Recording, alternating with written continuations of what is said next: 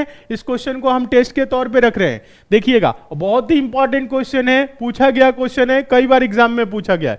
Question है 5 वर्ष पहले पी तथा क्यू की औसत आयु 15 वर्ष थी। अब पी तथा क्यू तथा आर, अब पी क्यू तथा आर की औसत आयु 20 वर्ष है। तदनुसार 10 वर्षों के बाद आर की आयु कितनी हो जाएगी? बताएं 10 वर्षों के बाद आर की आयु कितनी हो जाएगी? कमेंट करके बताएं तो इस क्वेश्चन का आंसर समझाते हैं। देखिएगा 5 वर्ष पहले पी तथा क्यू की औसत आयु 15 वर्ष थी। कितना? 5 वर्ष पहले, 5 वर्ष पहले, 5 वर्ष पहले क्या था? P plus Q. अगर P प्लस क्यू की, देखिएगा P प्लस क्यू की औसत आयु देखें तो क्या था? 2 लोग थे। अगर योग देखा जाए तो 2 गुने क्या होगा? 2 गुने क्या होगा? 15। 5 वर्ष पहले P प्लस क्यू, यानी P प्लस क्यू की आयु का योग देखा जाए, एक व्यक्ति 15 वर्ष का, 2 व्यक्ति क्या हो जाएगा? 30 वर्ष का। 15 दुना के 30 वर्ष, क्या हो जाएगा? 30 वर्ष होगा। बताइएगा आप सभी स्टूडेंट, इतना तो क्लियर होगा सभी को। अगर हम बोले वर्तमान में, अगर हम बोले क्या? वर्तमान में, अगर वर्तमान में बोले P प्लस क्यू की जो आयु होगी वो क्या होगी? बताएं। दोनों 5 वर्ष पहले 15-15 वर्ष के थे, तो अभी क्या होंगे? 20-20 वर्ष के हो जाएंगे, यानी दोनों में 5-5 वर्ष जुड़ जाएगा, तो कितना हो जाएगा? 30 की जगह 40 वर्ष हो जाएंगे। वर्तमान में इनका आयु का योग क्या होगा? 40 वर्ष होगा। किसी को कोई दिक्कत हो तो बता सकते हैं, ठीक है? यहां तक सभी को समझ में आ गया वर्तमान में। अब देखिए, फिर वर्तमान में P, Q तथा R की औसत आयु 20 वर्ष है। अगर वर्तमान में देखिएगा, वर्तमान में कितने लोग हैं? 3 लोग हैं। P plus Q plus R, इनकी औसत आयु, इनकी औसत आयु क्या है? औसत आयु 20 वर्ष है, यानी एक 20 वर्ष के हैं तो तीनों की आयु का योग क्या होगा? योग। तो 20 गुने क्या करेंगे? 3 लोग हैं, या आप बोल सकते हैं 3 गुने 20 कर सकते हैं, तो 60 वर्ष होगा। क्या होगा? 60 वर्ष होगा। 60 वर्ष होगा। सभी को क्लियर है? वर्तमान में P plus Q plus R, मतलब तीनों के आयु का योग 60 वर्ष, और वर्तमान में P प्लस क्यू का आयु का योग क्या हुआ? 40 वर्ष। तो यहां से आप क्या कर सकते हैं? R का निकाल सकते हैं। यहां से आप R का कैसे निकालेंगे? 60 वर्ष में से 40 वर्ष घटा देंगे, मतलब P plus Q plus R में से P प्लस क्यू घटाएंगे तो आएगा क्या? R। तो R का जो वर्तमान आयु होगा, R का वर्तमान आयु क्या होगा? 60 माइनस 40, यानी कि 20 वर्ष, ये हो जाएगा। लेकिन हम लोगों से वर्तमान आयु नहीं पूछा है, हम लोगों से पूछा है यहां पे प्रश्न में 10 वर्षों के बाद आर की आयु। अगर आर की आयु अभी 20 वर्ष है तो 10 वर्ष बाद क्या होगी? 20 प्लस 10 30 वर्ष, यानी 10 वर्ष बाद, 10, देखिएगा यहां तक तो आप लोगों को नहीं दिख रहा होगा, यहां पे लिख देते हैं। आर की 10 वर्ष बाद आयु क्या होगा? ये 30 है, सॉरी 20 है, 20 प्लस 10, ये आंसर होगा 30 वर्ष। क्या आंसर होगा? 30 वर्ष। आंसर होगा ऑप्शन नंबर सी। बताए तो आप लोगों का क्या रहे? 30 वर्ष, कुछ लोगों का 20 वर्ष आ रहा है, कुछ का 40, 35, 50 सब आ रहा है। देखिए लिखने वाली इसमें कोई बात ही नहीं है, बस हम आप लोगों को समझाने के लिए लिख दिए। देखिएगा 15 दुना के 30, 10 वर्ष और जोड़ लीजिए, वर्तमान हो जाएगा 40 वर्ष, 20 तिहाई 60। अब ओरल देखेंगे तो 60 में से 40 घटाएंगे 20 वर्ष, 10 वर्ष बाद पूछ रहे 30 वर्ष। समझ में आया? कुछ नहीं करना है, पेन उठाने की बिल्कुल भी जरूरत नहीं, इस प्रश्न में डायरेक्ट आंसर है। समझ में आ गया? 6, क्वेश्चन नंबर 6 हम आपको बता दें, ये जो क्वेश्चन है मोस्ट इंपॉर्टेंट क्वेश्चन है। चलिए इस क्वेश्चन को हम रखते हैं टेस्ट के तौर पे, आंसर आप सभी को देना है। चलिए फटाफट देंगे। 25,000 रुपए पर 1 वर्ष के लिए 20% की दर से अर्धवार्षिक रूप में संयोजित चक्रवृद्धि ब्याज और साधारण, देखिएगा सॉरी, संयोजित चक्रवृद्धि ब्याज और यहां पे है साधारण ब्याज, ये यहां पे 2 सेकेंड 25,000 रुपए पर 1 वर्ष के लिए 20% की दर से अर्धवार्षिक रूप से संयोजित चक्रवृद्धि ब्याज और साधारण ब्याज, यहां पे लिखिएगा साधारण ब्याज में अंतर क्या होगा रुपए में बताना है। देखिएगा 25,000 रुपए पर 1 वर्ष के लिए 20% की दर से 20% की अर्धवार्षिक रूप से संयोजित चक्रवृद्धि ब्याज और साधारण ब्याज में अंतर क्या होगा? एस आई, देखिएगा CI और SI में डिफरेंस पूछा है, ठीक है। अर्धवार्षिक रूप से संयोजित, समझ रहे हैं ना, बहुत अच्छे, कुछ स्टूडेंट बहुत अच्छे जो आंसर दे रहे हैं, जिनको पता है कैसे सॉल्व होगा। देखिए जो स्टूडेंट डेली क्लास ज्वाइन करते हैं वो आंसर देंगे। कोशिश करिए आप लोग भी डेली क्लास को ज्वाइन करिए, सीखिए। यहां पे रेट ऑफ इंटरेस्ट क्या है, 20% है। ये प्रति वर्ष है, एक वर्ष में 20%, तो आधा वर्ष में आधा यानी 10%, यानी कि रेट ऑफ इंटरेस्ट क्या होगा, देखिएगा ये, देखिएगा ये वार्षिक, एक वर्ष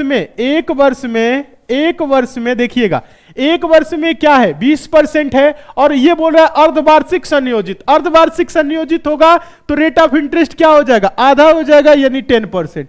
रेट ऑफ इंटरेस्ट क्या होगा, 10%। और एक वर्ष में कितनी बार ब्याज मिलेगा, 2 बार।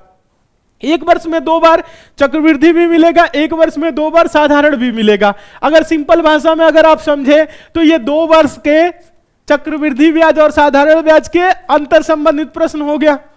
क्लियर है कि नहीं, क्या हो रहा है समझना है आप लोगों को। यहां पे 2 वर्ष का क्या हो जाएगा, एक, क्योंकि रेट ऑफ इंटरेस्ट 10% है, और यहां पे क्या है, एक वर्ष में 20 है, तो क्या होगा, एक वर्ष तो आधा वर्ष में 10%, तो एक वर्ष में क्या होगा 10 + 10 ऐसे होगा। यानी ये क्या हो जाएगा, 2 वर्ष का समझिएगा, आप लोग समझने का प्रयास करेंगे। 2 वर्ष का ये क्या हो जाएगा, क्योंकि एक वर्ष में 2 बार मिलेगा, सभी लोगों को समझने आए, ठीक है। तो ये 2 वर्ष के चक्रवृद्धि ब्याज और साधारण ब्याज के अंतर संबंधित प्रश्न हो गया। और 2 वर्ष के चक्रवृद्धि ब्याज और साधारण ब्याज के अंतर संबंधित प्रश्नों को सॉल्व करने के लिए हम आपको एक फॉर्मूला बताए थे। क्या बताए थे, D = PR² / 100 का स्क्वायर। क्या बताए थे, D = PR² / 100 का स्क्वायर। ये फॉर्मूला हम आप लोगों को बताए थे। अब यहां से आंसर दे सकते हैं। अंतर पूछ रहा है, प्रिंसिपल कितना है, 25,000 रुपए है। कितना है, 25,000 रुपए है, गुने R, रेट ऑफ इंटरेस्ट क्या हो गया 10%, तो 10 का स्क्वायर क्या होगा, 10 का स्क्वायर 100 बटा में 100 का स्क्वायर 100 गुने 100 10,000, ठीक है। 2 0 से 2 0 ये, 2 0 से 2 0 ये, तो D बराबर क्या आया 250 रुपए। क्या आया 250 रुपए। समझ में आया कि नहीं, आसान है, बस थोड़ा सा समझना है। समझ लेंगे तो सॉल्व कर लेंगे, नहीं समझेंगे तो नहीं होगा। हाँ 250 होगा, बहुत अच्छे, एकदम सही, ठीक है। हाँ, एक वर्ष के लिए 20% की दर से अर्धवार्षिक रूप से संयोजित होने वाले, अर्धवार्षिक मतलब 6-6 महीने, तो क्या हो जाएगा 10% हो जाएगा। तो ये 2 बार में मिलेगा, ठीक है। तो 2 वर्ष के हम बोल सकते हैं चक्रवृद्धि और साधारण ब्याज के अंतर संबंधित क्वेश्चन हो गया। हाँ, फॉर्मूला याद है, तो ये 2 वर्ष के लिए, 3 वर्ष के लिए भी एक फॉर्मूला आता है। वो फॉर्मूला क्या होता है, D = PR² / 100 का स्क्वायर गुने 300 + R / 100। ये क्या होता है, 3 वर्ष के चक्रवृद्धि ब्याज और साधारण ब्याज के अंतर संबंधित प्रश्नों को सॉल्व करने के लिए फॉर्मूला है। ये भी इंपॉर्टेंट है, याद रखिएगा। ये 3 वर्ष वाला है और ये 2 वर्ष वाला है, दोनों को याद रखिएगा, ठीक है। एक जगह नोट करिएगा, क्योंकि इस पे डायरेक्ट क्वेश्चन बनते हैं। समझ में आ गया है समझ में सर जी, बहुत अच्छे। नेक्स्ट देखिए, question number 7, most important question है, पूछा गया क्वेश्चन है प्रमोद ने 9 दिन में एक काम का 1/4 भाग पूरा कर लिया। सरोज बचा हुआ काम 27 दिन में पूरा करता है। दोनों मिलकर यह काम कितने दिन में पूरा कर सकते हैं। पेन उठाने की कोई जरूरत नहीं है, डायरेक्ट आंसर दीजिए। सभी स्टूडेंट डायरेक्ट आंसर दें, हम देखना चाहते हैं कितने लोग आंसर दे रहे हैं। हाँ, आंसर दीजिए, सभी स्टूडेंट आंसर दे। आसान सा क्वेश्चन है, आंसर दे सकते हैं। 2 लोग हैं, देखिएगा। प्रमोद 9 दिन में, देखिएगा प्रमोद है 9 दिन में क्या 1/4 भाग, 1/4 भाग मतलब देखिएगा 4 भाग में 1 भाग कर दिया, तो बचा कितना 3। देखिएगा 1/4 भाग में, देखिएगा यहां पे थोड़ा सा समझना है, यहां पे देखना है, अच्छे से समझेंगे तो आप लोगों को समझ में आएगा। 4 भाग में 1 भाग कर दिया तो बचा कितना, शेष क्या होगा। अगर शेष की बात करें तो 4 - 1 = 3 होगा। यानी कहे तो 4 भाग में 1 भाग 9 दिन में किया, तो पूरा काम प्रमोद कितने दिन में करेगा। 9 चौको 36, 1 भाग अगर 9 दिन में कर रहा है, देखिएगा प्रमोद 1 भाग 9 दिन में कर रहा है, तो पूरा का पूरा 4 भाग कितने दिन में करेगा, 36 दिन में करेगा। पूरा काम प्रमोद कितने दिन में करेगा, 36 दिन में करेगा। देखिए सरोज बचा हुआ काम 27 दिन में पूरा किया, यानी समझना है आप लोगों को। देखिएगा सरोज है, यानी कि 3 भाग कितने दिन में किया है, 3 भाग कितने दिन में किया है, 27 दिन में। तो 1 भाग 9 दिन में करेगा, टोटल काम कितना है, 4 भाग, तो 4 भाग क्या होगा, 36 दिन में। यानी सरोज भी 36 दिन में कर रहा है और प्रमोद भी 36 दिन में कर रहा है। समझना है, प्रमोद कितने दिन में, प्रमोद काम को कितने दिन में, 36 दिन में कर रहा है, और सरोज भी कितने दिन में कर रहा है, 36 दिन में कर रहा है। अब बोल रहा है कि यहां पे बोल रहा है दोनों मिलकर यह काम कितने दिन में पूरा करेंगे। अगर 36 दिन में कर रहे हैं तो दोनों मिल जाएंगे तो क्या होगा, आधा हो जाएगा। या आप इसको बोल सकते हैं XY बटा X प्लस वाई, यानी कि कह सकते हैं XY बटा का X प्लस वाई। ये फॉर्मूला आप सभी को पता ही है, यानी 36 दिन में ये कर रहे हैं, गुने 36 दिन में ये 36 36 72, 36 दुना के 72, 2 से 18, आंसर क्या होगा, 18 दिन। या आप ऐसे भी आंसर दे सकते हैं, दोनों मिलकर 18 दिन में। या आप क्या कर सकते हैं, 36 36 का एलसीएम निकालेंगे, 36 ही होगा, एक एक यूनिट करेंगे, दोनों मिलेंगे 2 यूनिट, 36 को 2 से भाग करेंगे, 18 दिन। समझ रहे हैं, 18 आंसर हो जाएगा, कुछ करने की जरूरत ही नहीं है। ऑप्शन नंबर क्या हो जाएगा, बी सही हो जाएगा।